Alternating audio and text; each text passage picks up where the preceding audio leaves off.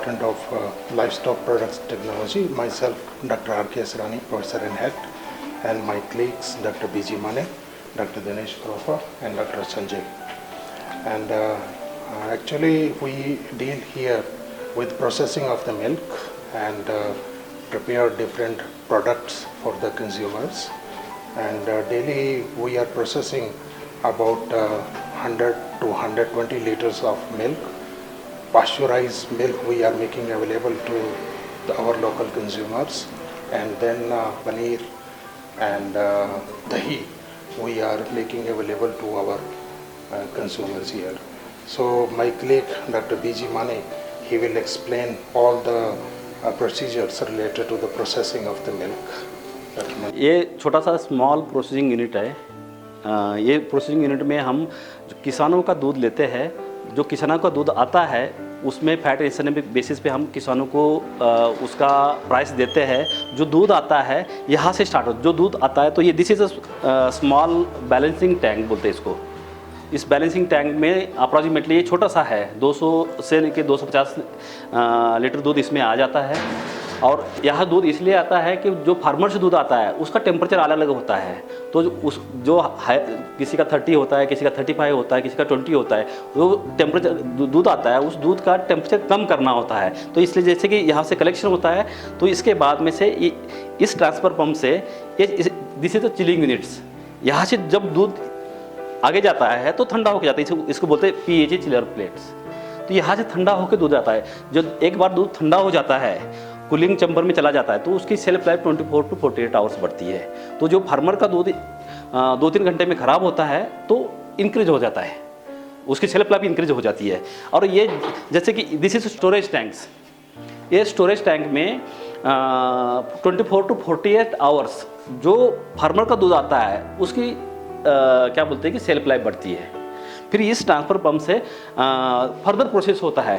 ये जो मशीन दिख रही है इसको बोलते हैं फ्रीजर यूनिट या रेफ्रिजरेशन यूनिट। ये बहुत इंपॉर्टेंट मशीन है। ये जो दूध को ठंडा करने में या पास्चराइजेशन में हीटिंग एंड कूलिंग होती है उसके लिए बहुत इंपॉर्टेंट है। इसी मशीन पे पूरी सिस्टम चली होती है पास्चराइजेशन की। उसके बाद में जो वहाँ दूध हमने स्टोरेज किया हुआ है वो स्टोरेज किया हुआ दूध इसी में आता है। इसको बोलते हैं बैलेंसिंग टैंक्स। इस बैलेंसिंग टैंक में दूध आने के बाद पहले पास्चराइज होता है सर। ये this is a pasteurization units. इसको हमारा जो प्लांट है कंटिन्यूस प्लांट है, ये पास्चराइजेशन यूनिट है। इसमें दूध पास्चराइज होता है सर। जो दूध पास्चराइज होता है सर ये हमारा कंटिन्यूस प्लांट है। और ये दूध पास्चराइज होने के बाद इसमें होमनाइज होता है। This is homogenization machine. इसमें दूध होमनाइज होता है। दूध होमनाइज होने के बाद इस स्टोरेज टैंक में आता है सर। मीन्स दूध गर्म हो गया, दूध गर्म होकर ठंडा होने के बाद इसमें आ जाता है। This is storage tanks. तो ये स्टोरेज टैंक में आने के बाद पास्चराइज होमनाइज होने के बाद भी हम 24 टू 48 आवर्स तक दूध इसमें रख सकते हैं। ये वैक्यूम स्टोरेज टैंक है। तो मतलब इसमें टेम्परेचर मेंटेन रहता है 24 आवर्स तक। उसके बाद इसमें आने के बाद this is our packaging assembly sir. तो इसमें हमारा दूध के पैकेट निकलते हैं, पैकेट के लिए। इसमें डेली का हमारा प्रोसेस होता है। अर्ली मॉर्निंग हम इसमें प्रोसेस करते हैं और इसमें 1/2 लीटर से 1 लीटर के दूध पैक करते हैं। तो ये हमारा पैकेजिंग, ये आज का पैकेज किया हुआ मिल्क है, मतलब पास्चराइज होमनाइज पैक्ड किया हुआ मिल्क है। तो डेली का मतलब हमारा जो कैपेसिटी है 250 लीटर पर आवर कैपेसिटी का है। तो जितना भी दूध आता है, जितने भी रिक्वायरमेंट है उस रिक्वायरमेंट के हिसाब से हम उसको डेली को प्रोसेस करते हैं। उसके बाद में ये हमारा मल्टीपर्पज़ वैट है। ये मल्टीपर्पज़ वैट है। इसमें हम कॉन्सेंट्रेटेड मिल्क बनाते हैं, पनीर बनाते हैं और जो भी मतलब दूध को गर्म करना है तो इसको गर्म करते हैं। And this is our ghee assembly. This is ghee boiler. और इसमें क्रीम से हम घी बनाते हैं। तो depending on the quantity of creams, तो उसी से डिपेंड करता है। इसकी कैपेसिटी है सर 100 लीटर 1 बैच। तो अप्रॉक्सीमेटली हम 70% फिल करते हैं, 30% ओपन रखते हैं। तो उससे अच्छा है कि मतलब फिर उसके बाद this is trainer and this is ghee storage tanks. जो घी बनता है इसमें स्टोरेज किया जाता है। एंड देन ये सर हमारा बटर चर्नर है। जो क्रीम से बटर बनता है जो मार्केट में मिलता है तो इसमें इस बटर चन्नर में क्रीम डालने के बाद इसकी कैपेसिटी है सर 70 लीटर की, लेकिन हम सिमिलरली कि मतलब वो 30% कैपेसिटी कम रख के इसको हम प्रोसेस करते हैं, इसमें बटर बनता है। This is a butter churners, automatic butter churners, तो इसमें बटर बनता है। This is a separate assembly that is for the ice cream. Milk के लिए पाचुराइज मिल्क पैकेट मिल्क के लिए होता है। तो similarly this is a small refrigeration units, this is a pasteurizer, this is a homogenizer. जो आइसक्रीम जो हमारी बनती है वो मिल्क को पहले पाचुराइज करते हैं, फिर उसको होमनाइज करते हैं। होमनाइज करने के बाद उसको this is ageing vat, cooling होने के बाद मिल्क यहाँ आता है। इस जो एजिंग वैट में होने के बाद इसमें पूरे बाकी mixture, sugars, colours, extra creams, everything is added. It is aged for overnight. वो बोलते हैं कि जो क्रीम को एजिंग करना है, जो हमारा आइसक्रीम बनाने के लिए जो एजिंग करना है, उसको कम से कम 4 आवर्स मानते हैं वन बैच के लिए, 4 आवर्स। लेकिन बोलते हैं कि ओवरनाइट एजिंग करने से बहुत अच्छी आइसक्रीम बनती है। तो ये एजिंग करने के बाद यहाँ तक हमारा एक कंटिन्यूस प्रोसेस है, and then it is a batch process. This is a instant freezer, जो हम आइसक्रीम को इमीडिएटली फ्रीज करते हैं। This is a instant freezer. इसकी 5 litre capacity, small demonstration 5 litre capacity है, लेकिन विद इन 1 और 2 मिनट में ये फ्रीज करती है। देन ये हमारा कंट्रोल पैनल है, पूरे प्लांट यहाँ से चलता है, कंट्रोल पैनल से। तो पूरी सिस्टम यहीं से हैंडल हो जाती है। And this is our storage, मतलब रेफ्रिजरेशन स्टोरेज है। इसका टेम्परेचर 2 डिग्री मेंटेन होता है। This is our milk packed, this is a paneer after preparation, then it is going to be cut and packed. देन हमारे को एक्सेस मिल्क होता है, टाइमली प्रोसेस नहीं होता है, तो हम इसमें स्टोर करते हैं। Then we also prepare the क्या बोलते हैं कि बर्फी, गुलाब जामुन, रबड़ी, स्मॉल स्केल, जितना डिमांड आता है उसी हिसाब से। दही भी हम प्रिपेयर करते हैं। ये दही के लिए हम depending on the different type से ये है कंटेनर है, 300 ml के 200 ml के कंटेनर है, उसमें हम दही प्रिपेयर करते हैं। और मार्केट में जो भी आता है, जो भी कंज्यूमर आता है, उसको हम सेल करते हैं। तो एक्चुअली इसमें एक जो सबसे बड़ी बात है, ICR ने ये हमें एक स्मॉल प्रोजेक्ट फंड किया था कि आप जो है, पर्पस ये था इसका एंटरप्रेन्योरशिप ट्रेनिंग के लिए, स्टूडेंट्स के लिए, ताकि स्टूडेंट्स में स्किल्स आएँ कि भी मिल्क को कैसे प्रोसेस करना है और उसको वो एंटरप्रेन्योरशिप बिजनेस के लिए भी आगे अडॉप्ट कर सकें। तो फिर ये हमने फिर इसको हमारे honourable vice chancellor professor Harinder Kumar Chaudhary, उन्होंने एक बुलंद नारा दिया जब उन्होंने कार्यभार संभाला कि विश्वविद्यालय का यही प्रयास, हर कृषक का हो सही विकास। तो उसके अंतर्गत हमने सोचा कि भी हम जो है स्मॉल फार्मर्स को भी इसमें एसोसिएट करें। हमने यूनिवर्सिटी से एक रेट अप्रूव करवाए, जो कि हम फार्मर्स को अच्छी रेम्यूनरेशन दें। तो हमने क्या किया, फार्मर्स के लिए हमने depending upon the quality of the milk जो हमें सप्लाई करते हैं, हमने 34 से 41 तक उनको हम पेमेंट करते हैं, जो हमें अच्छी क्वालिटी का जैसे मिल्क देते हैं।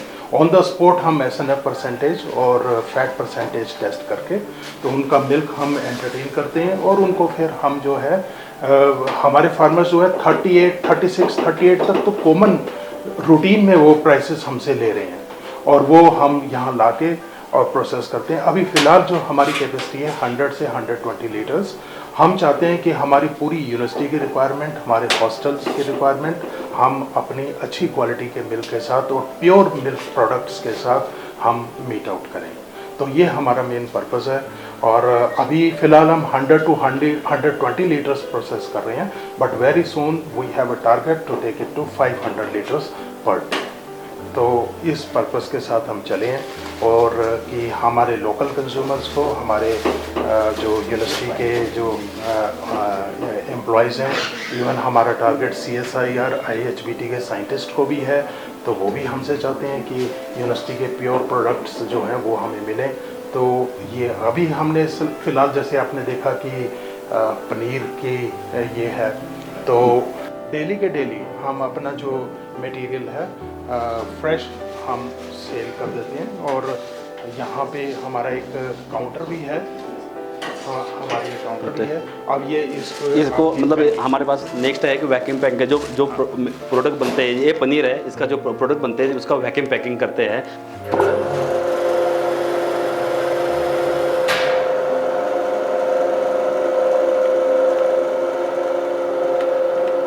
ये वैक्यूम पैकिंग मशीन है। ये वैक्यूम पैकिंग में पूरा इसका वैक्यूम निकल जाता है और इसकी सेल्फ लाइफ भी बढ़ती है। नॉर्मल पैकिंग में मतलब सेल्फ लाइफ कम होती है, लेकिन इसकी पूरी एयर जाने के बाद इसकी सेल्फ लाइफ बढ़ती है। ये वैक्यूम पैकिंग मशीन है। अभी तक हम जितना अवेलेबल रिसोर्सेज से पैकिंग कर रहे हैं, लेकिन अभी विदिन 15 डेज टू 20 डेज़ में हमारा यूनिवर्सिटी के पैकेट के साथ हम मार्केट में इसको सेल करने वाले हैं। तो ऐसे ही आपको दही के वो बताया पैकिंग में, और very soon we shall got them printed with our university stamp and it will be available to our consumers. और एक हमारा एक स्मॉल CIP यूनिट है।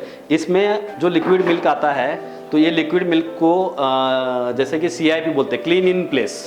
तो क्लीन इन प्लेस मतलब जो हम तो जो बड़े बड़े कंटेनर होते हैं उसको तो साफ़ कर सकते हैं, लेकिन पाइप को साफ़ नहीं कर सकते हैं। पाइप में दूध अटका होता है, फैट अटका होता है, तो उसको कैसे साफ़ करें? तो ये सिस्टम है CIP। ये हॉट वाटर टैंक है, ये लाय है और ये एसिड टैंक है। तो इससे क्या होता है, एक क्या बोलते हैं कि जितने जो मिल्क पास्चराइज होता है, होमोनाइज होता है, वो पास्चराइज होमोनाइज होने के बाद जो उसकी साफ़ सफाई क्लीनिंग करनी होती है, तो इसी के लिए हमारे पास एक अच्छा CIP यूनिट है। ये बच्चों को डेमोन्स्ट्रेशन करने के लिए भी होता है और फार्मर को डेमोन्स्ट्रेशन करने के लिए भी होता है, और जो हमारा जो अच्छा क्वालिटी का मिल्क और कंसिस्टेंट क्वालिटी का मिल्क बनाने के लिए ये काम करता है। तो एक और हमारा एक जैसे मिल्क आता है, उसको फैट SNF के बेसिस पे कैसे हम करते हैं आपको दिखा देते हैं। जो दूध आता है यहाँ पे कंटेनर वे होता है, वे होने के बाद उसका सैंपल निकाला जाता है, और ये this is a automatic milk sampling machines. ये यहाँ पे भी है और दो हमारे पास है। तो इसमें कितना फैट परसेंट है, कितना SNF परसेंट है, वो पता चल जाता है, और ऊपर से कितना उसमें पानी है दूध का। तो उसी बेसिस पे, फैट और SNF के बेसिस पे हम फार्मर को उसकी पेमेंट करते हैं। और जो फार्मर को पेमेंट करते हैं हम, तो जो मिनिमम पेमेंट है हमारी वो 32 टू 33 रुपीज़ है फार्मर को, और हाईएस्ट है 42 रुपीज़। मतलब बहुत अच्छा रिन्यूट दे रहे हैं, और फार्मर हमारे पास यहाँ आके दूध दे के जा रहे हैं, और फार्मर इसी से बहुत खुश है। और जिस समय से हमने ये स्टार्ट किया हुआ है, उससे डेली एक फार्मर हमारे पास आ रहा है दूध देने के लिए।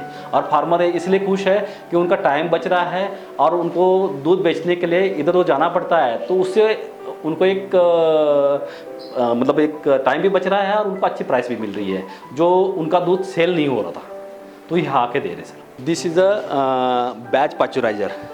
What is pasteurization? Why we are going to pasteurize milk?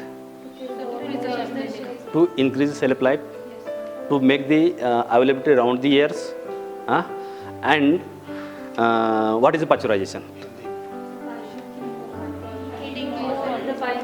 Heating of each and every particle of milk to a specific time temperature combination. For example, 63 degree temperature for 30 minutes, 72 degree temperature for 15 seconds.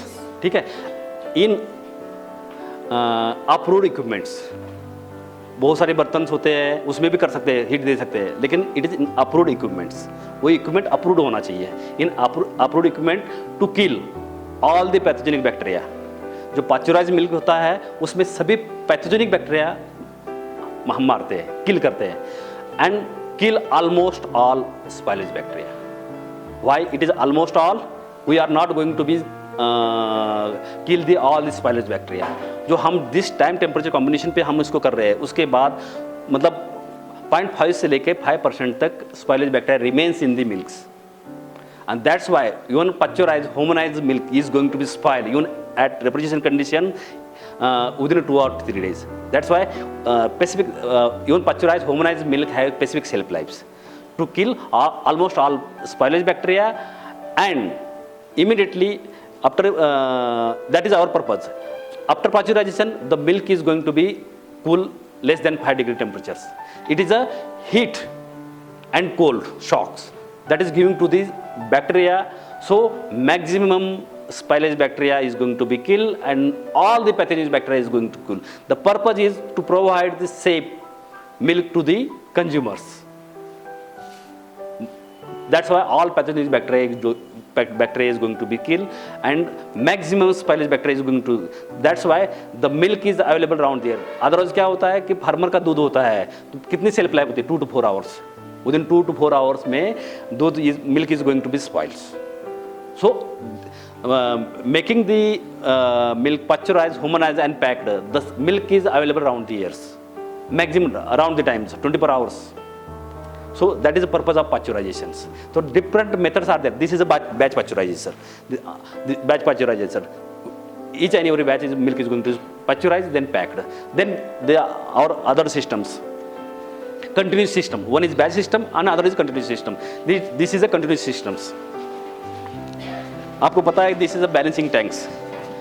This is balancing tanks. This is a plate pasteurizer. उसको बोलते हैं HTST. High temperature, short times. 72 degree centigrade for 15 seconds. And after pasteurization, continuous pasteurization, milk is going to be homogenized. There are 2 stages of milk homogenization.